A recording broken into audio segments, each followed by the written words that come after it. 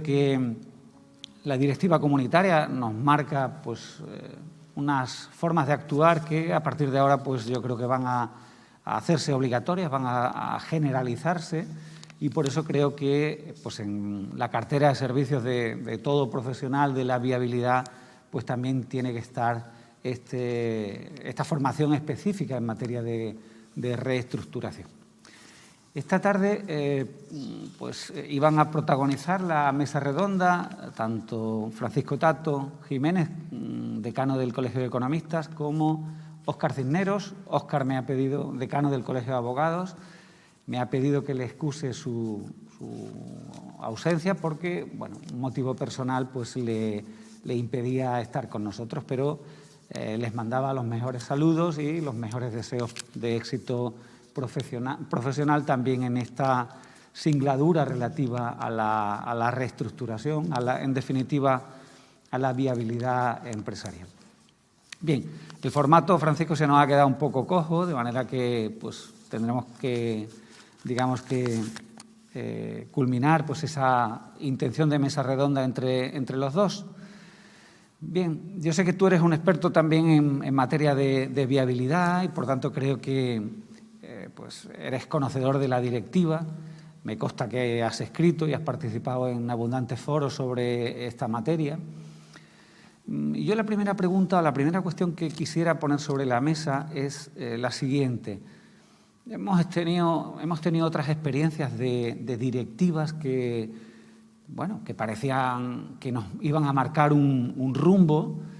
Por ejemplo, hablo del tema de la mediación concursal, que por lo menos para mí, finalmente creo que han sido un cierto fracaso, porque, bueno, sobre todo porque no han encontrado, yo creo que, el apoyo público que requería una mediación concursal de calidad. Y en ese sentido, pues, nos ha quedado un mal sabor de boca. A partir de que la mediación concursal pues, no ha funcionado o no ha funcionado como debía, pues el resto de las piezas del sistema pues, se han tenido que ir moviendo, ¿verdad? Hasta llegar ahora pues, a una nueva configuración del concurso consecutivo con el texto refundido. A mí me gustaría que me dieras tu opinión sobre si tú crees que también esta directiva sobre reestructuración va a ser un brindis al sol. ¿Tú crees que es un elemento necesario? ¿Tú crees que nos va a marcar, que nos va a inexorablemente a trabajar en esa senda de la sostenibilidad, de la viabilidad mediante alertas tempranas y marcos de reestructuración? Bueno, muy buenas tardes, Eduardo, muy buenas tardes a todos, compañeros y amigos, prácticamente todos, que es una maravilla estar aquí compartiendo esta charla de hoy, pues como digo, con todos amigos.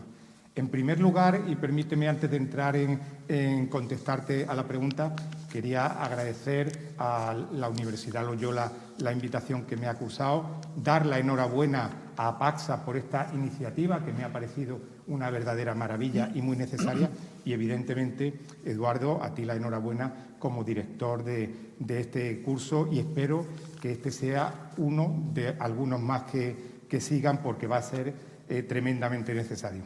También permítanme una cuestión personal, y quiero en este momento y desde esta tribuna rendir homenaje a mi colega, compañero y amigo José María Gay de Liébana, que ha fallecido esta madrugada, y que la gran mayoría de los aquí presentes pues, conocían por su última intervención en Carmona, ¿no? Abrazos virtuales y entusiasmo a raudales eternos. Dicho esto, entro a comentar un poquito pues, ese futuro de la directiva. Nosotros, nuestro colectivo como economistas, tenemos muchas esperanzas y muchas ilusiones puestas en esa directiva. Y siendo la hora que es, que es difícil a esta hora mantener la atención, yo voy a polemizar un poquito.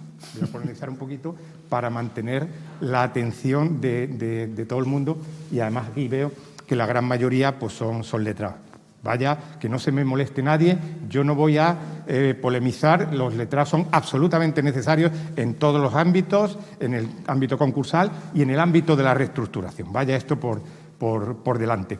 Pero sí creo que tenemos esa ilusión porque este es un campo que creo que los economistas debemos tener un papel preeminente. Evidentemente apoyados en los letrados, en los abogados, porque evidentemente esto tiene un trámite económico, o sea, hay que buscar la viabilidad, la palabra es la viabilidad, tenemos que priorizar la viabilidad en todo este momento y, evidentemente, luego necesitaremos un refrendo legal, porque alcanzamos la viabilidad, pero necesitamos que esa viabilidad, pues, luego tenga, como decía, ese respaldo de los juzgados. Y tenemos ilusión también porque, desde mi punto de vista, y habiendo también un poquito la polémica, tenemos un marco para el tratamiento de las insolvencias que, por muchas causas que, si quieres, luego podemos abordar, para mí las estadísticas son absolutamente demoledoras de los concursos que se han presentado. Pues ya sabemos todos que en torno al 95% de los mismos pues acaba en liquidación. Sí, algunas serán liquidaciones de la unidad productiva, pero no tampoco las muchas, porque además la normativa y el privilegio del crédito público, eso pues no facilitan del todo esa venta de las unidades productivas. Luego, yo no diría un sistema judicial fallido, pero significativamente la herramienta que tenemos no funciona. Y podemos abordar muchas de las razones y debatirlas. Con lo cual, creo que la viabilidad, la insolvencia, debemos tratarla no en el seno judicial, sino antes de llegar al juzgado. La viabilidad tiene que ser algo del juzgado.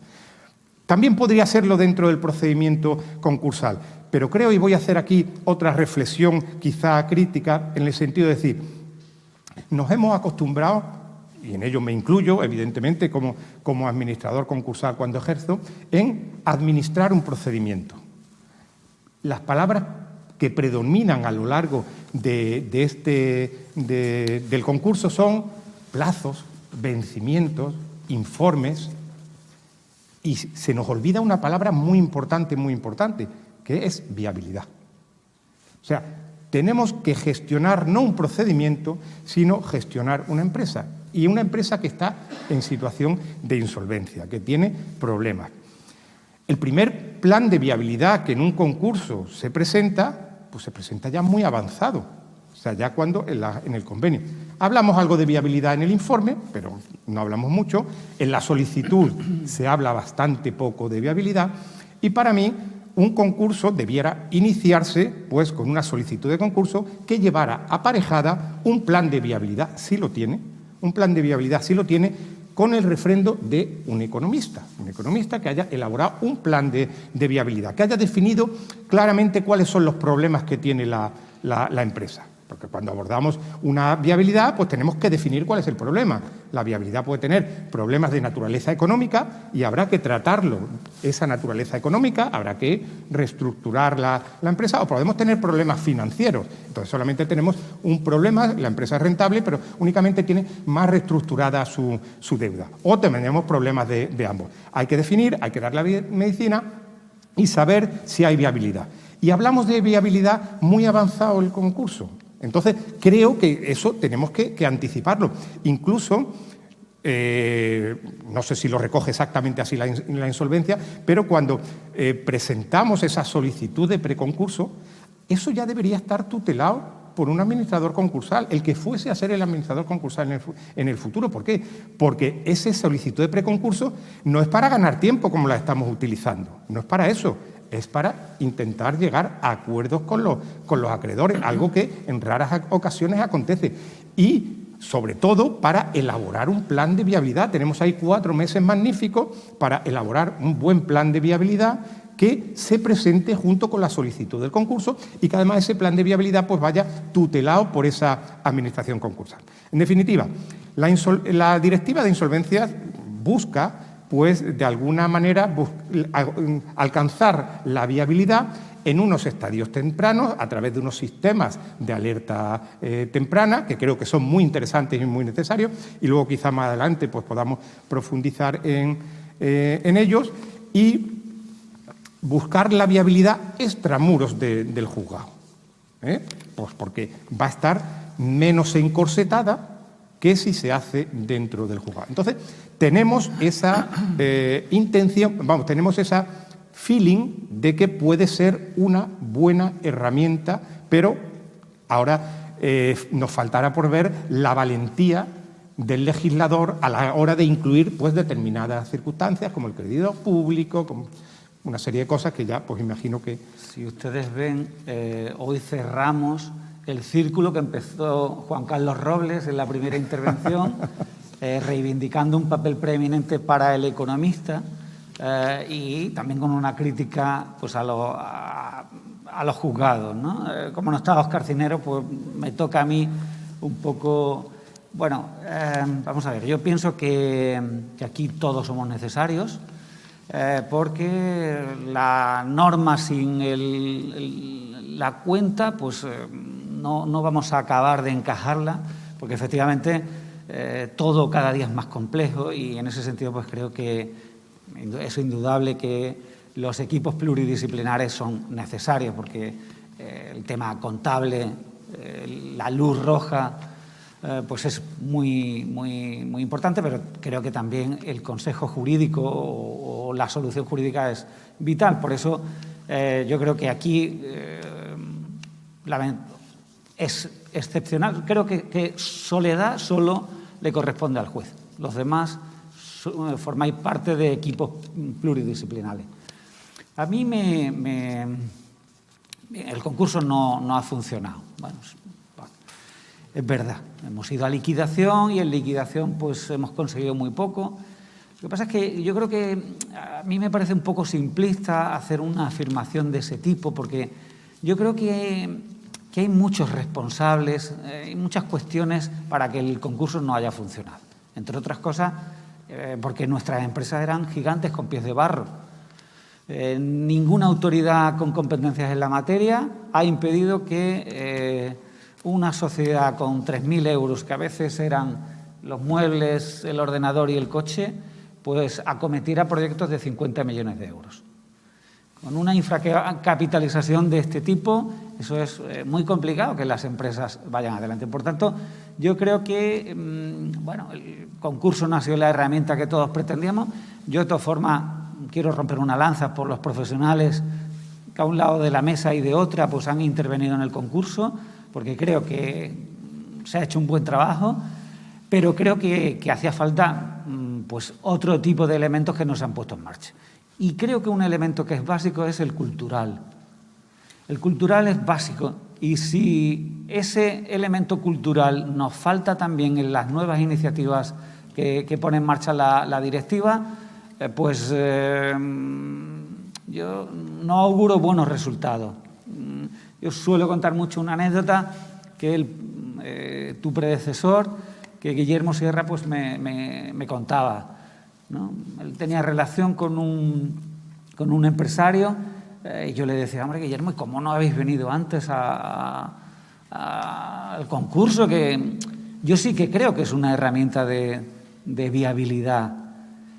Y hago un paréntesis, porque tú decías, es que tarda mucho los plazos. Bien, yo creo que puedo decir que en los juzgados teníamos la suficiente sensibilidad como para detectar cuando algo era necesario tramitar con urgencia, pues hacerlo. Evidentemente teníamos una avalancha de juzgados, de asuntos, pero yo sí que creo que se le dotó de esa celeridad a los asuntos que lo merecían. Volviendo a la anécdota de Guillermo Sierra, pues él me decía que lo había intentado en multitud de ocasiones que viniera al concurso. Y la respuesta del empresario era, pero don Guillermo, ¿cómo voy a ir luego yo con mis compañeros a la Cámara de Comercio una vez que presente el concurso? Claro, yo creo que eso era un tema cultural que a mí me asusta que el empresario no entienda que es necesario, en este caso, las herramientas de alerta temprana, como tú dices, porque Porque aquí hay una serie de profesionales que han trabajado suficientemente para adquirir los conocimientos necesarios para esa materia. Pero el empresario también tiene un papel muy importante. El empresario primero va a tener que instaurar sistemas de alerta temprana. Sí, que me lleve en las cuentas una gestoría, eso no es posible. En empresas con cierto nivel, oiga, usted necesita un director financiero. A mí no va a ser suficiente con que usted lleve las facturas a la gestoría para que se las registren, se las lleven a los libros. Y luego, sobre todo, tomar la decisión de, bueno, acometer con el profesional de la viabilidad pues esta labor. Si pasa como en la anécdota que he contado de Guillermo Sierra, pues seguiremos en las mismas. Seguiremos en la misma. Entonces yo creo que es una cuestión cultural y por eso enlazaba con la primera pregunta. ¿Esto va a ser un brindis al sol o nos va a cambiar? Bueno, yo creo que todos vamos a tener que poner de nuestra parte, no solo los profesionales en la formación, sino el mismo empresario. Yo creo que es básico que entienda el rol que le toca en esto. Y por eso también es muy importante la formación del ejecutivo, del empresario, del administrador, ¿no? Sí, la verdad, vamos a ver, Eduardo, yo evidentemente estoy muy de acuerdo con muchas de las cosas que has dicho. Finalmente, o sea, la conclusión a que cada uno alcanzamos es algo diferente, pero los motivos, el origen es exactamente lo mismo. Has introducido un tema cultural, evidentemente, hay un tema cultural. El concurso de acreedores está absolutamente estigmatizado, eso no hay lugar a dudas. El éxito en una tramitación de un concurso de acreedores depende de 3 factores fundamentalmente. Y además es una cosa parecida como lo que acontece en medicina. O sea, que es exactamente igual. Alerta temprana. Y alerta temprana, ahí es donde entra el tema cultural que tú decías. Es cierto que aquí, en España y especialmente en Andalucía, tenemos un problema con el tamaño de las empresas. El tamaño aquí importa. Para las empresas el tamaño importa. Y tenemos empresas muy pequeñitas. El otro día el consejero de Economía, Rogelio Velasco, en una charla nos ponía un ejemplo muy, muy claro de 2 economías con 1000 trabajadores, cada una de las economías.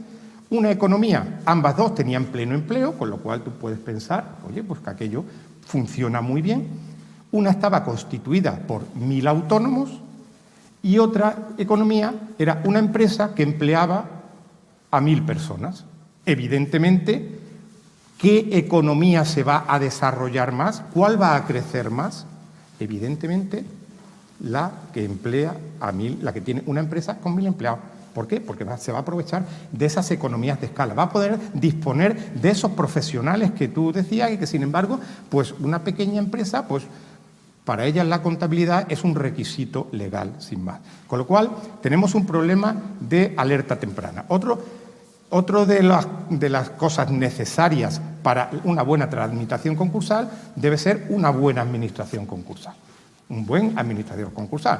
Estoy convencido, vamos, eso me consta y no hay nada más que ver el auditorio, que todos están suficientemente preparados para una tramitación de un concurso. Luego, eso creo que ese requisito se da. Y finalmente, acortar plazos. Es cierto que hay sensibilidad, a mí me consta, y evidentemente el juzgado de Sevilla es especialmente sensible con eso. Lógicamente tiene un encorsetamiento, porque si hay que dar traslado en un ERTE por 15 días a la autoridad laboral y no sé qué, y luego 30 días, pues al final eso dilata los tiempos. Y eso supone que una tramitación de un ERTE, cuando es un ERTE importante en una empresa, pues suponga 2 meses, que es yendo bastante rápido y bastante bien. 2 meses de nómina, pues 2 meses de nómina en una empresa que está pues fastidiada, pues le hace daño. Entonces, ¿qué percibe el empresario? El empresario lo que percibe es que, primero, no sabe cuándo está en insolvencia. Bueno, lo sabe, lo que pasa es que lo quiere olvidar. No confía en los juzgados por esa dilatada tramitación, porque la media que se publica, pues una media de tramitación de un concurso, pues son 4 o 5 años. Bueno, Habrá concursos en los que interese una tramitación larga. Oye, porque bajo el paraguas de un concurso de acreedores se está estupendamente. Pero claro, eso tiene que venir definido en la hoja de ruta. O sea, a lo mejor la hoja de ruta de un concurso debe ser que dure mucho tiempo. Y la viabilidad la va a obtener si está a tiempo, porque es una empresa rentable. Lo que pasa es que necesita generar los fondos suficientes pues, para obtener la liquidez para cuando se levante ese paraguas pues, pueda afrontar sus pagos. Luego, ese es otro inconveniente que ve el empresario. Y no nos percibe como una solución, es una cuestión cultural, evidentemente. Y además es una cuestión cultural que afecta de forma grave al emprendimiento. El emprendimiento se ve condicionado porque no hay una norma clara, o sea, una norma ágil que se perciba de esa insolvencia y hay miedo al fracaso. Yo me contaban el otro día una anécdota porque aquí los anglosajones y los latinos somos totalmente distintos. Y me contaban una anécdota que no sé qué de cierto tiene, pero bueno, puede ser representativo. El dueño de 7-Up. 7-Up significa 7 arriba, a la séptima la vencida. Se había arruinado 6 veces y a la séptima fue la vencida. Eso aquí en España, desgraciadamente, no es posible. Abocamos a aquel que fracasa a una economía sumergida de por vida, porque tampoco tenemos un mecanismo de exoneración del pasivo insatisfecho, pues que sea fuerte y que sea efectivo. Y aquí he de romper una lanza a favor del Tribunal de Instancia Mercantil de Sevilla, que en ese acuerdo sexto creo que es, ¿no, Eduardo? Octavo. Pues, oye, pues ha dado un paso adelante en esa exoneración del pasivo insatisfecho y se ha adelantado, de alguna manera traspuesto la directiva y el futuro, con lo cual es algo que me parece muy valiente y que creo que va a ayudar a esa seguridad jurídica de todo. Entonces, son muchos los componentes que hacen que culturalmente y de otra forma pues el empresario no perciba esto como la solución a los problemas de la empresa, sino como la vía de la liquidación. Ya no hemos olvidado de la liquidación societaria, apenas hay liquidaciones societarias y lo que vamos aquí al concurso a que nos liquiden, a ver si salimos bien de la pieza de calificación y me voy de rosita. Entonces, hay muchos condicionantes. Sí. Yo me gustaría también saber tu opinión sobre cómo va, porque en definitiva es algo de lo mismo, ¿no? Yo creo que hay nuevos roles para cada uno de los protagonistas del tema de la viabilidad.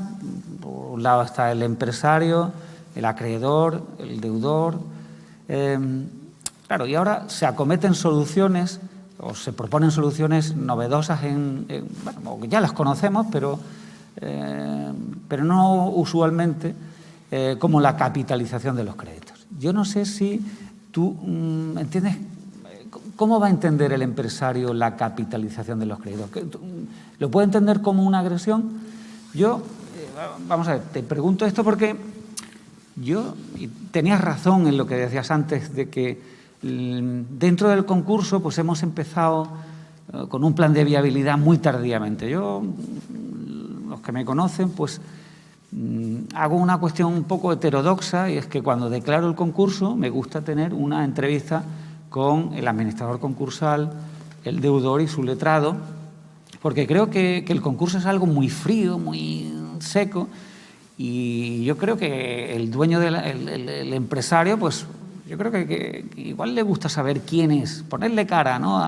al juez y al administrador concursal lo conocerá, pero yo creo que a mí me resulta, ahora ya con la pandemia no lo hacemos tanto, pero sí que me gustaba ver al empresario y sobre todo fuera del administrador concursal y el abogado, decirle, ¿a dónde vamos? ¿No? ¿A dónde vamos? Claro, y normalmente pues te contestaban, bueno, pues vamos a ver si nos ponemos a trabajar en el convenio y tal. Digo, pero ¿cómo es que no? Todavía no han empezado ustedes antes de poner el concurso, no han empezado a trabajar el convenio.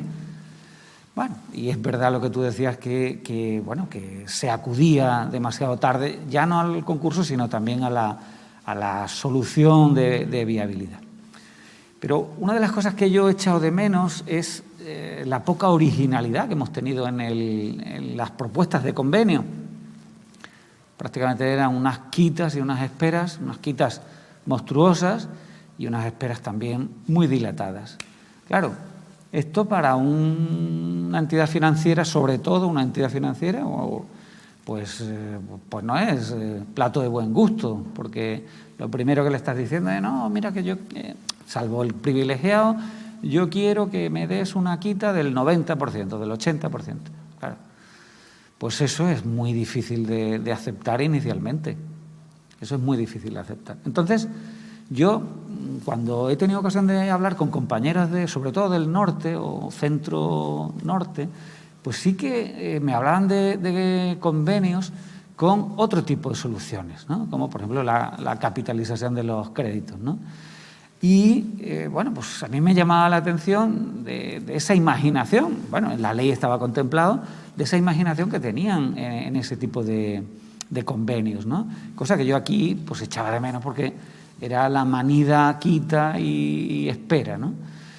Entonces, ¿cómo crees tú que un empresario va a aceptar esas nuevas soluciones que tanto fomenta la directiva, como que a partir de ahora, aunque sea temporalmente, porque el inversor lo que quiere es ganar dinero y salir de esa empresa y continuar, pero aunque sea provisionalmente, que alguien se te va a meter en el consejo de administración, que alguien va a ser codueño contigo? Seguramente volvemos otra vez al tema cultural. Seguramente tendremos que entender, el empresario tendrá que entender que eso es un mal necesario para, en definitiva, la viabilidad de la empresa. Sobre todo porque yo creo que pues, un fondo de inversión no tiene interés en permanecer mucho más allá de lo necesario en una sociedad. Y ya la entidad financiera no va a entrar seguramente en la capitalización. No sé si a ti te parece que eso lo van a notar, lo van a considerar como una agresión.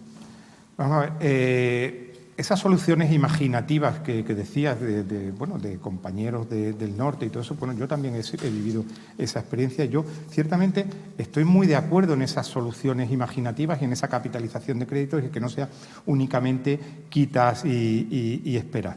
Entonces, a la pregunta que me decías, ¿cómo lo va a digerir el empresario? Bueno, pues al final, pues casi te diría lentejas. O sea, lentejas en el sentido de que, ¿qué prefieres tener? ¿El 100% de nada o el 50% de algo? Es así de simple. O sea, si tú ahora mismo, tu empresa debe más de lo que tiene, tú no tienes nada. ¿Qué quieres? ¿Continuar teniendo el 100% de nada? Con lo cual, al final, pues tú no vas a tener quizá músculo financiero, quizá una estructura para salir adelante o que entre alguien en tu capital, bien sea capitalización de créditos, que posteriormente pueden ser capital riesgo u otras fórmulas también muy interesantes que hay ahí. Entonces, yo prefiero tener el 50% de algo que el 100% de nada. Pero lo importante para que esas figuras funcionen es que haya viabilidad, es que la empresa sea rentable. Porque es que si no es rentable, ¿qué hacemos? ¿Qué hacemos? Y si es rentable, pues el día de mañana van a entrar en esa empresa una vez reestructurada, o sea, porque no hay cosa mejor que una sociedad recién reestructurada que sale al mercado, que es viable, que es rentable, con su deuda financiera perfectamente estructurada, pues eso puede ser un caramelo para determinado fondo. Luego también hablamos de la estigmatización, porque claro, cuando tú terminas del concurso, has aprobado tu convenio con tu capitalización de créditos, con absolutamente todo, llegas a enfrentarte al sistema financiero. El sistema financiero, por el simple hecho de que, bueno, pues tú hayas estado en concurso de acreedores, pues cuando te tiene que prestar algún tipo de aval, algún tipo de financiación, pues lo vas a tener bastante difícil. Entonces, ese segundo paso, cuando ya de nuevo la empresa sale al ruedo, pues es bastante complicado. Es bastante complicado para obtener su financiación. En el concurso no ha obtenido financiación, luego es muy probable que luego tenga que acudir al mercado.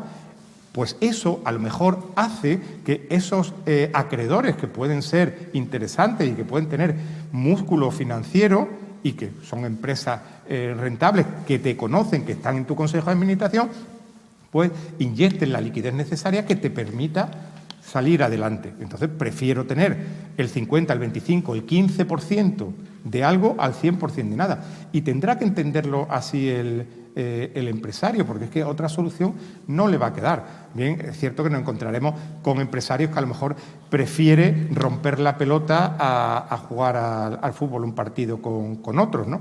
Pero bueno. Sí, yo creo que eso es básico en todo lo que se nos avecina, ¿no? Ese nuevo rol del empresario. Aquí hemos trabajado durante 4 meses de una forma muy intensa y hemos tenido pues, ponentes de todo tipo que, bueno, yo creo que nos daban no solo pautas jurídico-económicas de la viabilidad, sino incluso de carácter psicológico en el tratamiento del empresario y de cómo debe ser una negociación bueno, pues con las entidades financieras, ¿no? de todo tipo, ¿no? Y yo creo que de todo eso yo me quedaba con que, bueno, que aquí va a ser muy importante el esfuerzo por parte de todos. Yo no quisiera polarizar solo en el rol del empresario, pero a mí me parece un rol básico, porque hemos visto, siempre hemos trabajado sobre supuestos reales y, bueno, y era, la verdad, curioso cómo había que convencer al empresario de determinadas cosas que no era capaz de ver, ¿no? Había asuntos, pues, como digo, reales, muy importantes, muy interesantes, en que parte de las soluciones a veces consistía en desinvertir, es decir, en retirarme a tiempo. Eso yo entiendo que a un empresario es muy complicado. Pero a mí siempre me gusta decir que un empresario no es sinónimo de una empresa, sino que un empresario puede acometer multitud de empresas, puede incesantemente estar pues, siendo un emprendedor, ¿no? Y en ese sentido yo creo que, vuelvo a insistir en lo mismo, creo que aquí el rol importante, y en eso creo que también la formación de los directivos y de los administradores es muy importante, es bueno, saber tomar decisiones empresariales, que son muy complicadas, que entendemos que es una cuestión de riesgo, pero que, bueno, que hay que tomarla. Y a veces era tan simple soluciones como pues poner otros profesionales en la empresa, porque a veces... Y tenemos un problema con las empresas familiares, que son gran parte de nuestro tejido y que, bueno, afortunadamente se van profesionalizando cada vez más, pero claro, a veces es muy difícil discutir con el fundador o con los hijos del fundador, ¿no? Entonces, yo creo que en ese sentido, pues, hemos aprendido cuestiones muy interesantes como, por ejemplo, la necesidad, como digo, de la desinversión o la contratación de otros profesionales nuevos. Entonces, bien, yo creo que eso es una cuestión que tenemos que seguir difundiendo y que es una cuestión de relevancia. Bien, yo no sé si, cambiando un poco de tercio, tú ves, por ejemplo, ¿eres prepack, a favor del prepack o eres del Madrid o del Barcelona? Esa es la pregunta. En el caso de prepack soy Barcelona. De Barcelona. Y además soy en este aspecto catalán convencido, en este aspecto única y exclusivamente.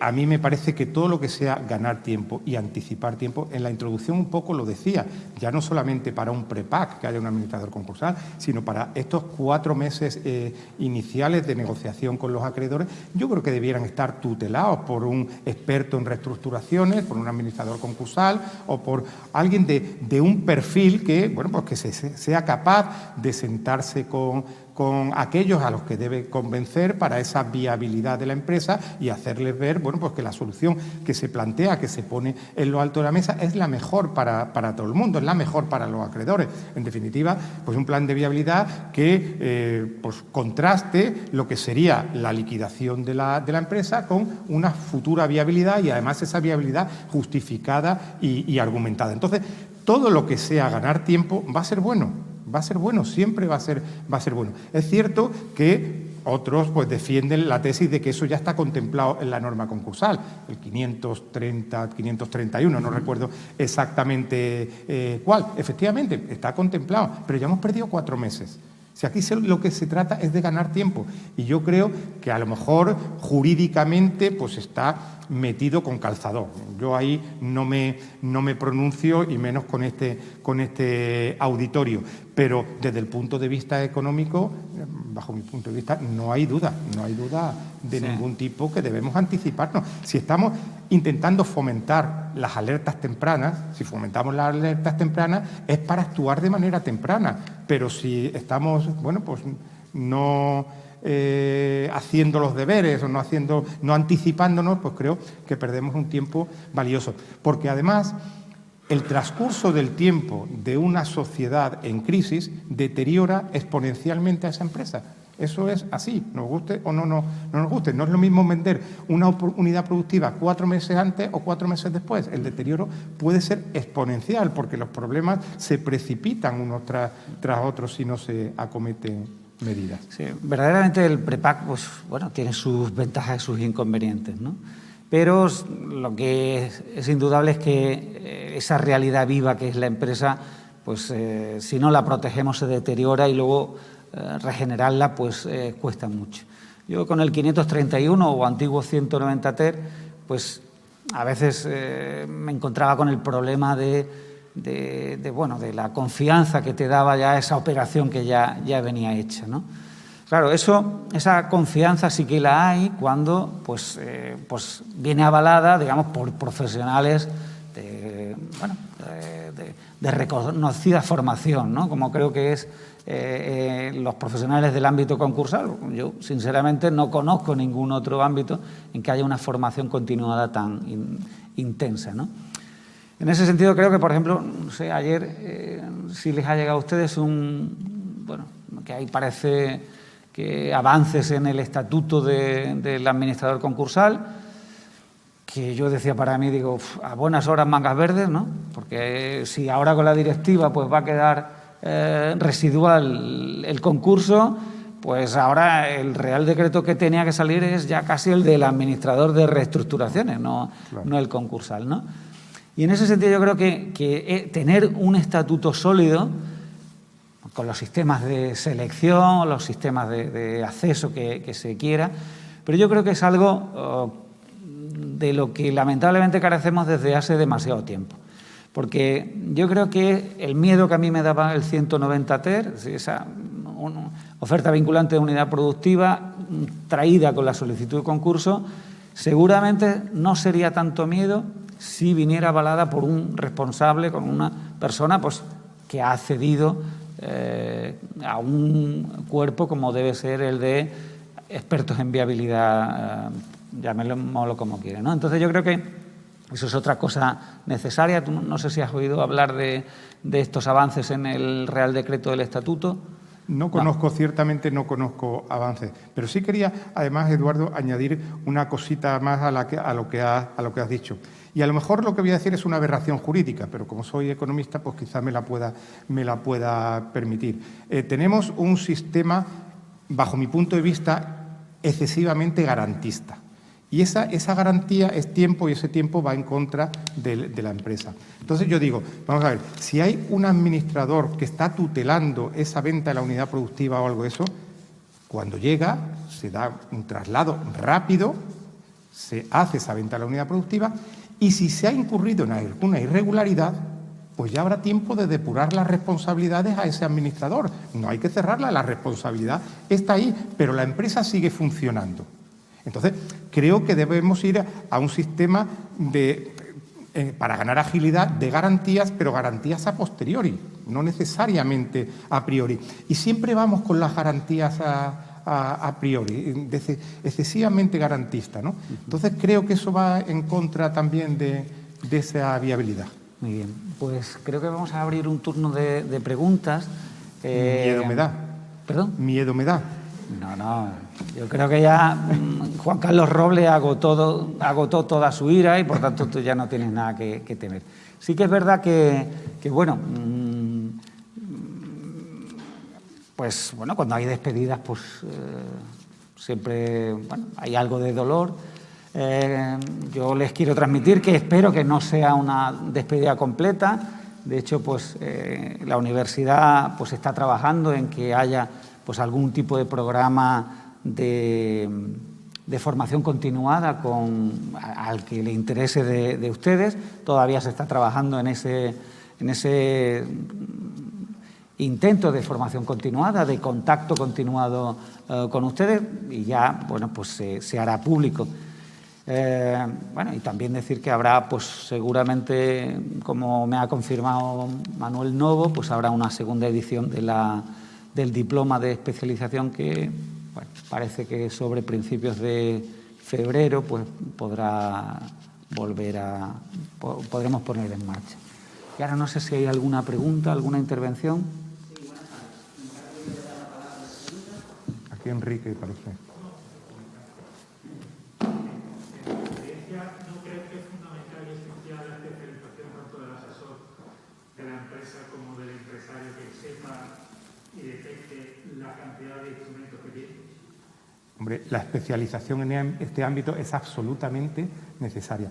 Decía antes que tenemos un problema en el empresariado, pues tenemos un problema de tamaño empresarial, pero, ojo, lo que voy a decir para que no se malinterprete, porque vaya por delante que a mí los empresarios me parecen verdaderos héroes.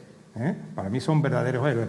Yo, a lo mejor que tanto asesoro y tantos consejos doy a determinados empresarios, soy incapaz de emprender y de montar una empresa. Por lo cual, imaginaros el respeto que les tengo, porque me parecen auténticos héroes.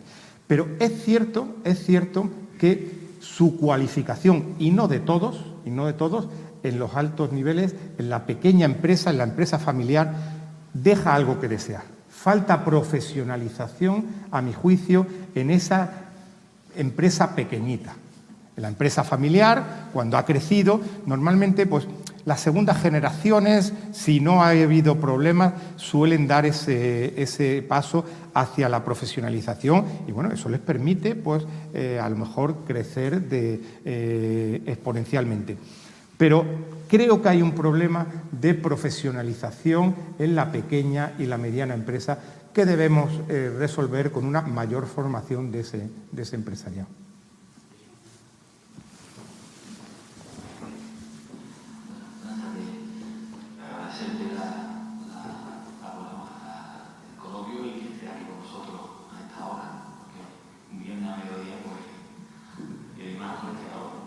Yo tengo una reflexión que no será que en la directiva o que se ha detectado que hay una debilidad, porque lo que se busca es la continuidad del tejido empresarial, que hay una debilidad en esa situación previa a una insolvencia inmediata, inminente, etcétera, etcétera, y es necesario o tiene que haber una figura necesaria, neutral, para que en esa fase previa tanto empresarios como asesores, de una manera ordenada hagan las cosas de manera correcta, porque en la experiencia tenemos todos, cuando entramos en un concurso, puede ser tardío o no, intencionado o no, o sea, con mejor o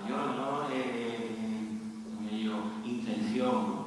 Pero es verdad que hay situaciones y esto porque no se ha. Entonces, yo creo que esa figura lo que va buscando un poco que no haya un sacrificio por parte del empresario necesario, aportando garantías frente a entidades bancarias que pasan, que muchas veces esa sangría se vive, ¿no?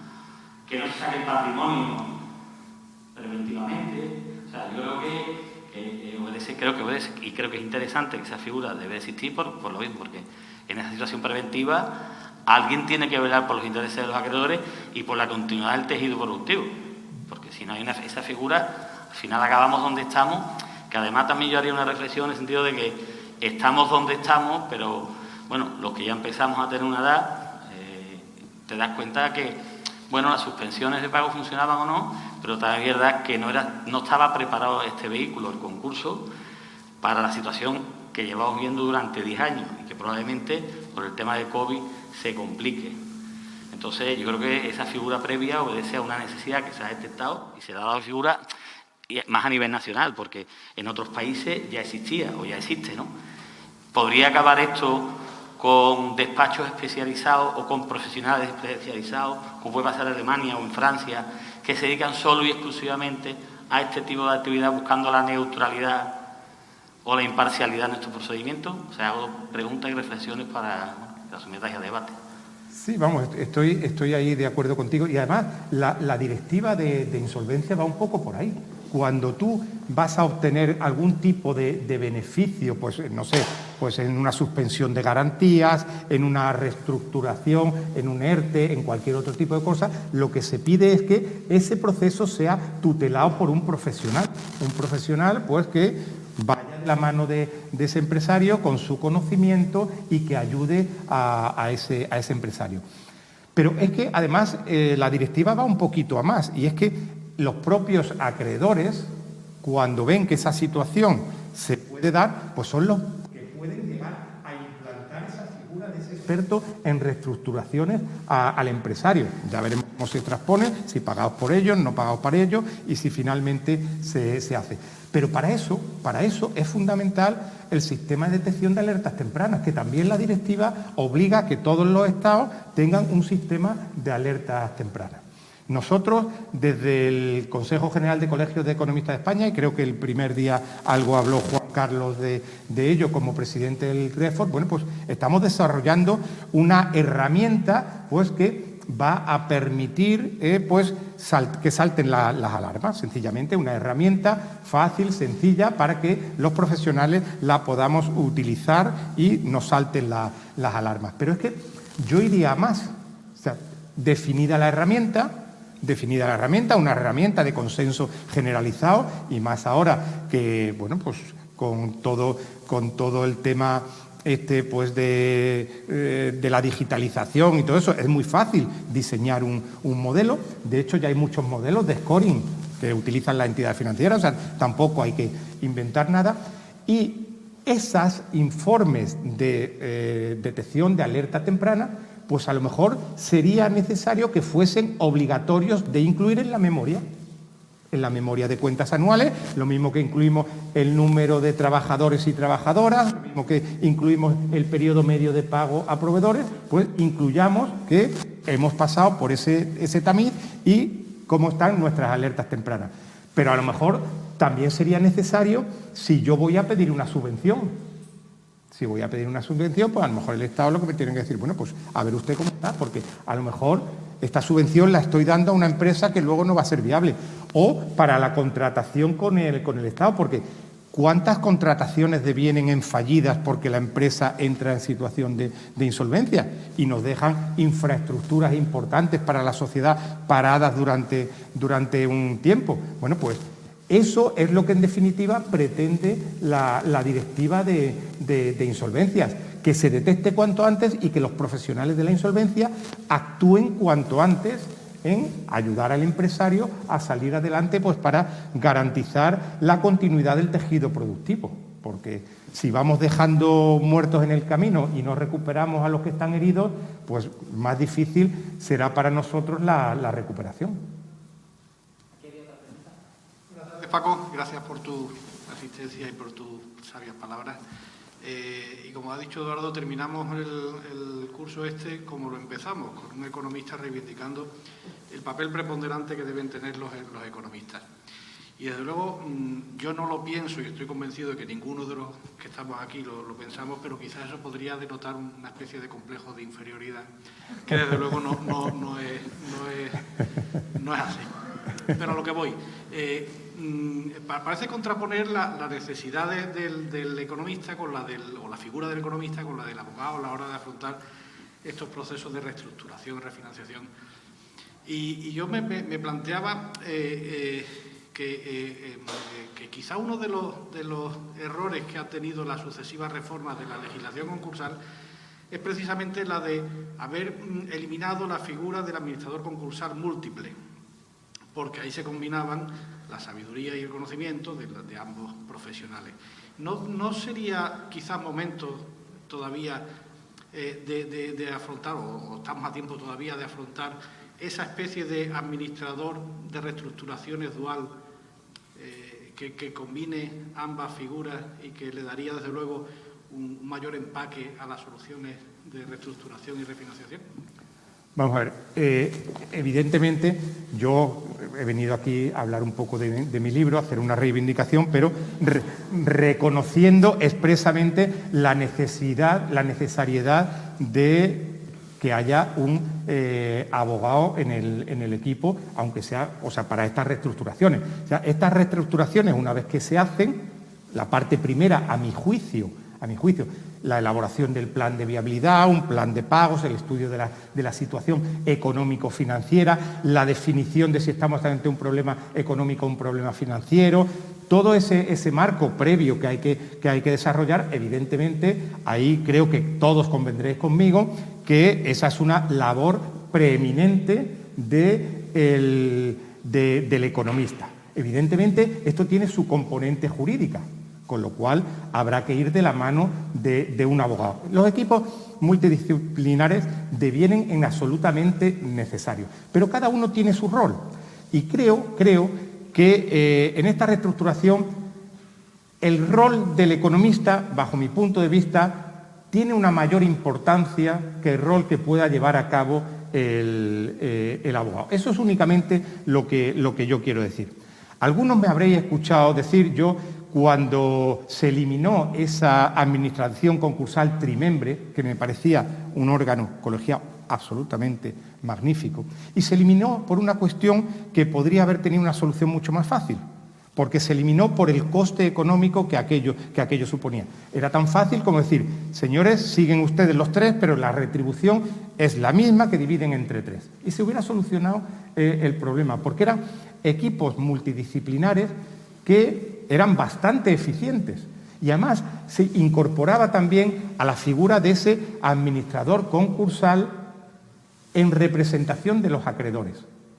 También muy importante. Aquí los dolientes de los concursos son los acreedores y los acreedores pues prácticamente, pues lo que se les da traslado, pero no están en la sala de máquinas. Y creo que era muy importante que siguieran en la sala de máquinas. Con lo cual entiendo y eso es lo que defiendo siempre. No defiendo que aquí sea únicamente la figura del economista, para nada, pero sí creo que en las reestructuraciones debemos nosotros tener una labor más, más preeminente, más importante o algo así, pero evidentemente sin dejar de la mano que nosotros no somos nada sin estar en este ámbito, no somos nada sin un abogado a nuestro lado.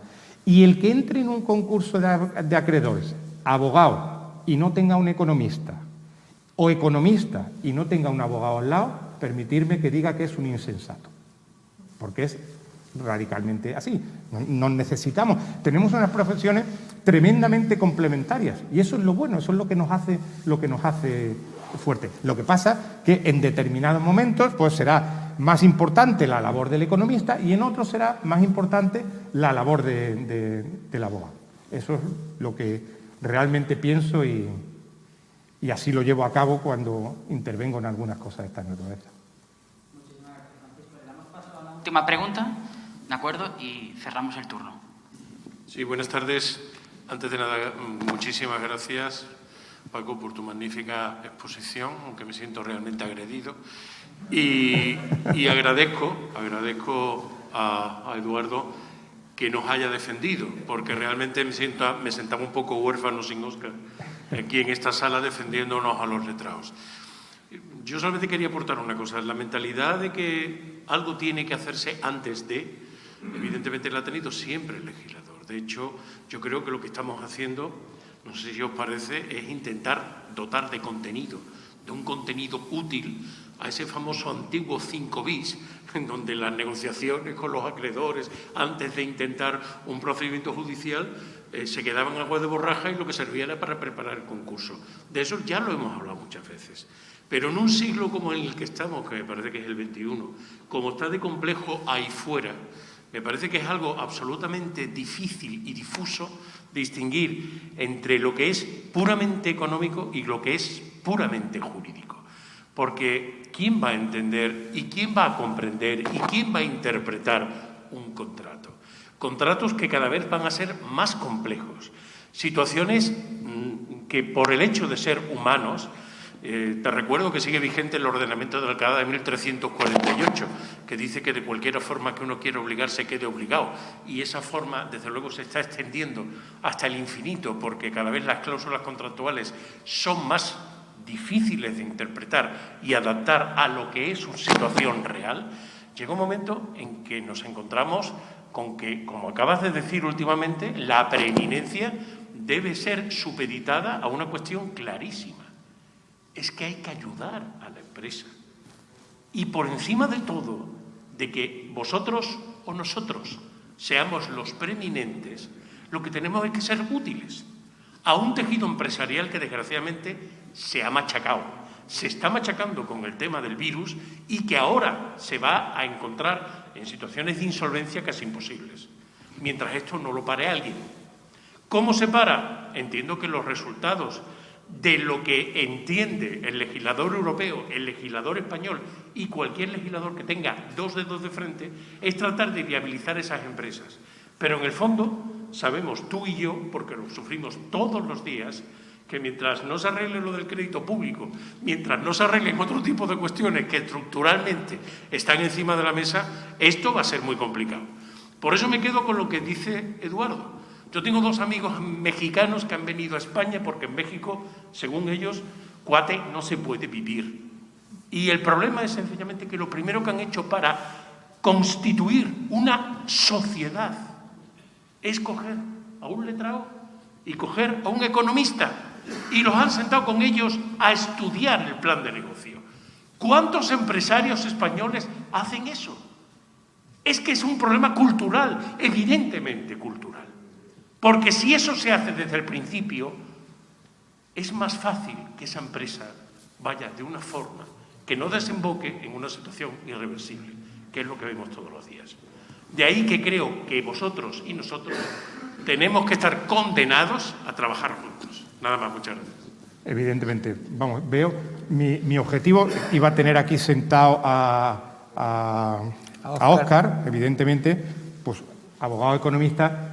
Yo pensé, digo, ¿cómo mantengo despierto allí a la gente a las 3:30 de la tarde un viernes 16 de julio? Si no metemos polémica, todos se duermen.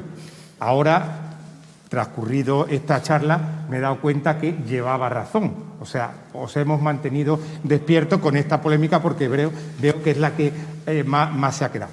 Al final, Florencio, estamos diciendo lo mismo. Estamos diciendo lo mismo, o sea, si unos y los otros no somos necesarios, cada uno, lo que quiero resaltar es que cada uno tendrá un papel predominante en un aspecto. Cuando haya que interpretar un contrato, pues evidentemente lo que diga mi abogado. Y cuando haya que interpretar una contabilidad, pues será lo que diga mi economista. Eso es así, y así estamos trabajando, o sea que estamos diciendo un poquito y dándole vueltas a lo mismo. Y creo que en esto estamos todos de acuerdo y el consenso es amplio y generalizado, que estamos obligados a entendernos como nos venimos entendiendo desde hace muchos años, desde el 2003 con la ley. Muy bien, pues muchísimas gracias, Francisco, por tu brillante intervención. La universidad te queda muy agradecido y todos los alumnos, así como yo.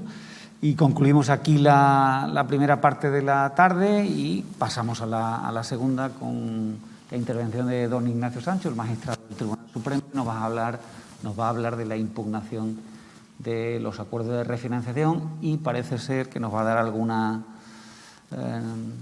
noticia sobre la nueva regulación que nos viene de camino. Bueno, pues muchas gracias, Eduardo. Francisco, muchas gracias.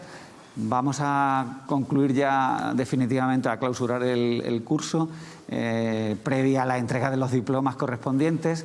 Si bien antes quisiéramos hacer un agradecimiento a los sponsors, a los patrocinadores que han colaborado en que este curso haya sido posible, que como ven ustedes pues están proyectados en las pantallas. Y ahora, pues si son tan amables de empezar a... Pues sí, procedemos a la entrega de diplomas. Para los que no me conocéis, soy Marta Pérez Viguera, directora de la Escuela de Posgrado de la Universidad, y nos han pedido los compañeros, os vamos a ir nombrando, se sube por este lado, de mi derecha a vuestra izquierda, y luego si podéis parar aquí porque os harán una fotografía a nuestros compañeros para que la podáis tener de recuerdo. ¿De acuerdo? Pues Miriam, empezamos cuando quieras. Reyes Arévalo Suárez.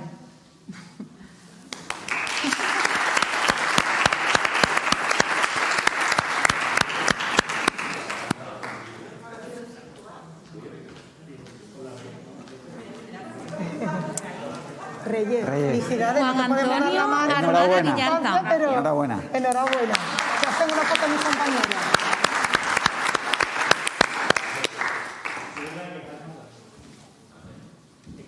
Ponemos aquí, ¿no? Jesús Borjaba García. Muchas gracias.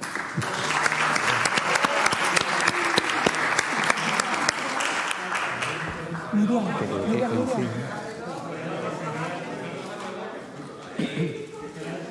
Abelardo Bracho Arcos. Muchas gracias, Jesús. Gracias a ti. Felicidades. Muchas felicidades.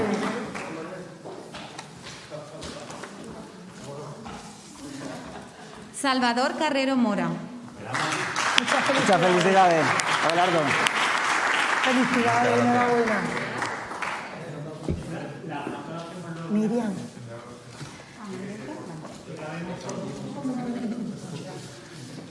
Bueno, tú tendrías que repetir. Ponte ahí delante. Tú tendrías que repetir y volver. Una vez, por motivo... Y volver en septiembre. Felicidades. Jorge Castro García. Muchas felicidades.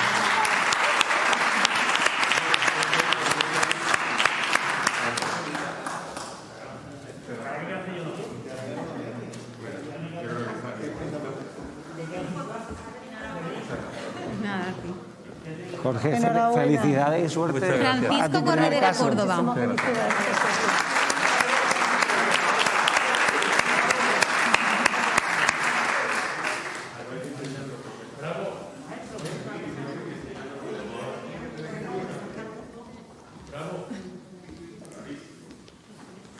Muchas felicidades, Francisco. Felicidades. Muchísimas gracias por todo. José Luis Cuervo Calvo. Había hecho posible esto. Muchas felicidades.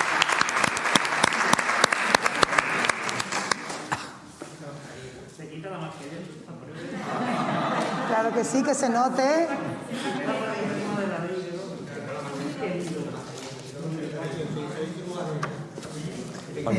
Nada. María Dolores Cuesta Castro. Enhorabuena. Enhorabuena.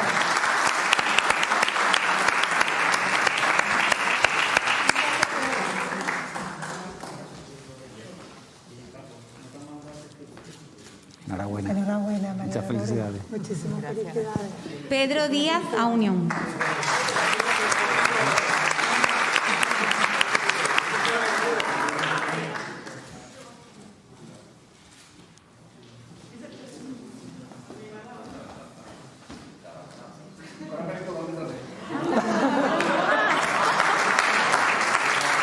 A ti te tendrían que dar otra cosa por venir. Antonio Domínguez Morales. Felicidades.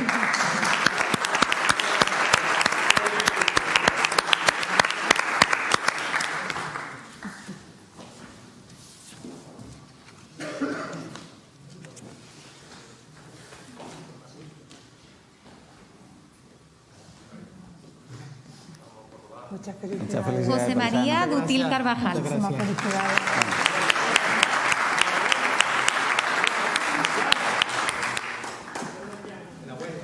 José María viene de Madrid. ¿Ah, sí? José María. José María. Muchísimas Muchas felicidades. Enhorabuena. Felicidades. Has viajado, ¿no? En la promoción. Muchas felicidades. Cecilia Franco Romero.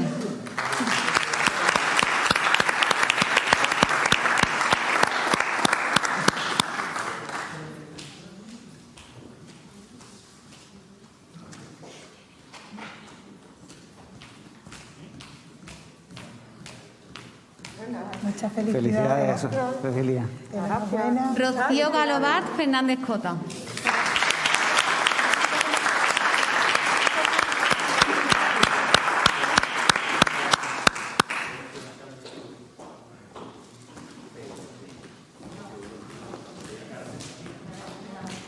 Enhorabuena, Rocío.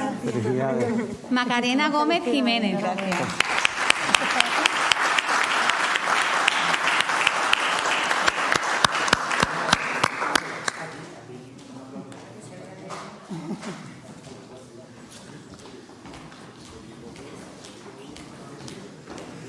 Felicidades, Macarena. Juan Luis Gordón Fernández. Muchísimas gracias.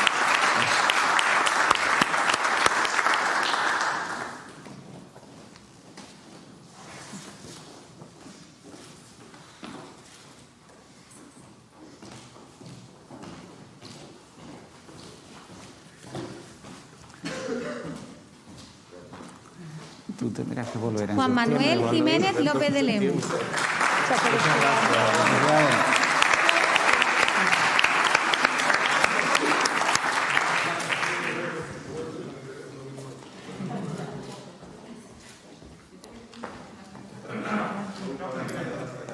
Felicidades, Juanma. Germán Mellado Peña.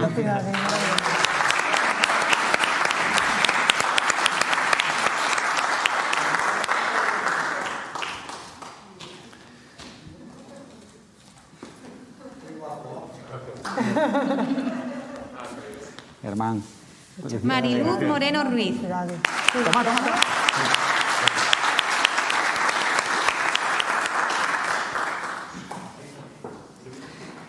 Esta es la hija del señor que presenta Ignacio Sánchez.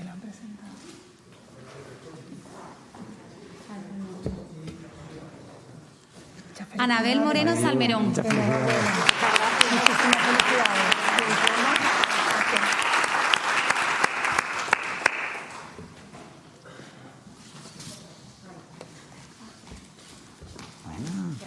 Pues nada, muchas felicidades. Muchísimas felicidades. Enrique Murube Fernández.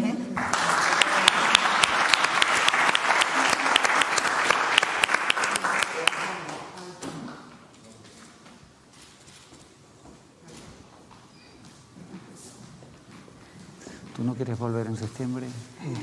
José Antonio Peñafiel Tienda. Felicidades. Toma. Felicidades.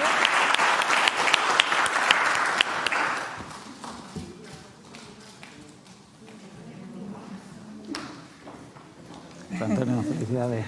José María Puelles Valencia.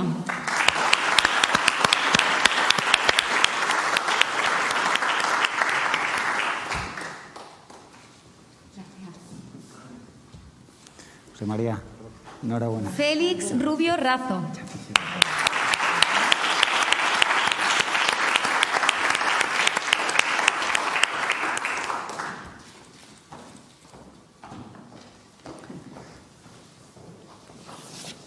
Feliz. Enhorabuena. Manuel Seco Gordillo.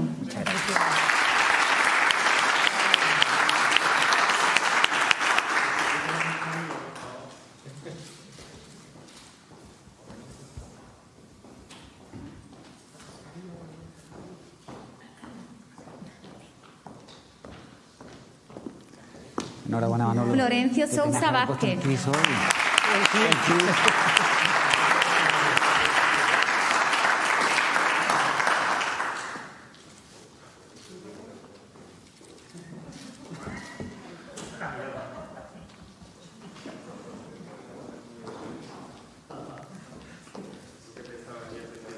Florencio. Nicolás Troncoso Lobato.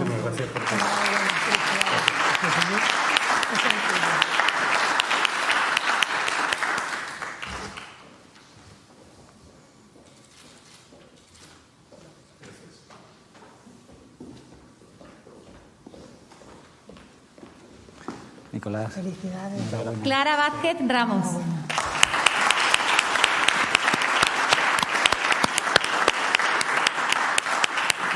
Y esos ya son los últimos, ¿no? Que no han venido. Sí, creo que ya. Creo que lo va a nombrar luego, mire.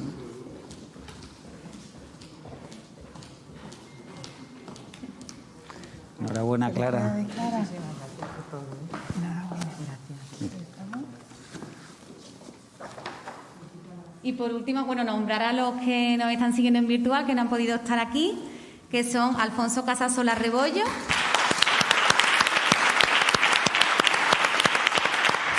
Carmen Cruz Jiménez,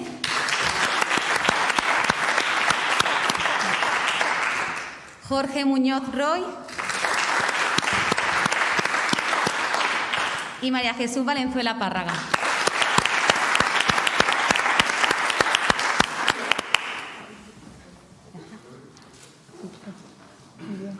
Pues bueno, me corresponde a mí cerrar, ¿no?, formalmente este acto de clausura del diploma de reestructuración y refinanciación de empresas. Comienzo, como no podía ser de otra manera, con muchos agradecimientos a los ponentes de hoy que han hecho posible que podamos tener esta sesión tan especial. Gracias, Ignacio, gracias, Tato. Muchas gracias a Paxa, porque, bueno, pues gracias a ellos y a la colaboración que hemos tenido y representado hoy en su presidente, Antonio Moreno, hemos podido hacer, bueno, pues poner en realidad y poner en marcha este proyecto. Y muchas gracias a Eduardo, como director del programa, porque ha sido el alma esencial.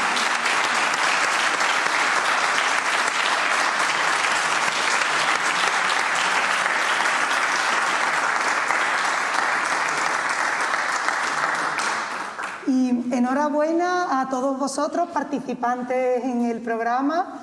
Sé que es un esfuerzo enorme a estas alturas volver al aula, volver a sentarse, volver a estudiar muchos viernes seguidos, pero esperemos que os haya recompensado, que hayáis tenido esa recompensa de los conocimientos adquiridos, de esas nuevas herramientas de viabilidad que podáis poner en marcha.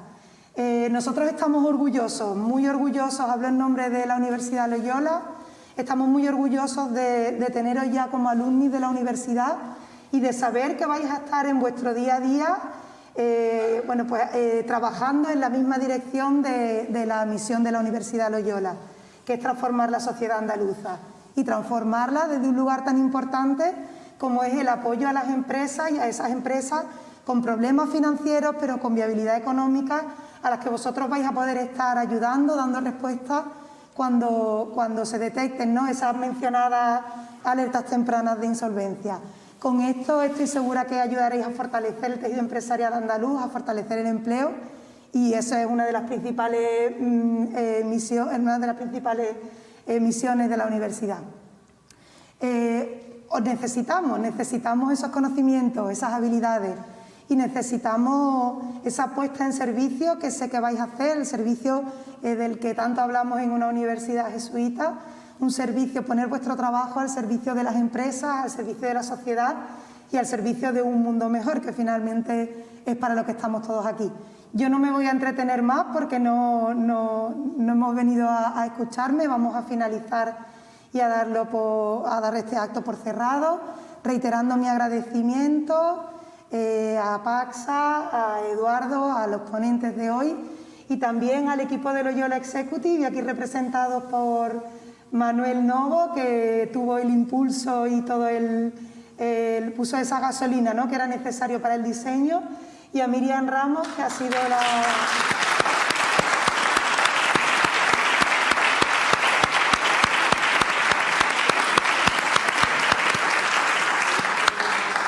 la gestora operativa de todo esto y la ha permitido poner en marcha.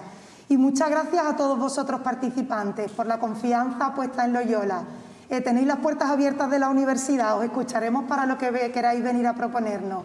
Y bueno, pues esperamos volver a veros, no sé si otra vez como participantes, si todavía os han quedado ganas, como participantes en otra formación, o quizá pues acompañando a nuestros estudiantes más juniors desde otra posición a lo largo de su recorrido formativo. Muchísimas gracias a todos, enhorabuena, y bueno, me dicen los compañeros que nos haremos ahora una foto de grupo, ¿de acuerdo? Enhorabuena.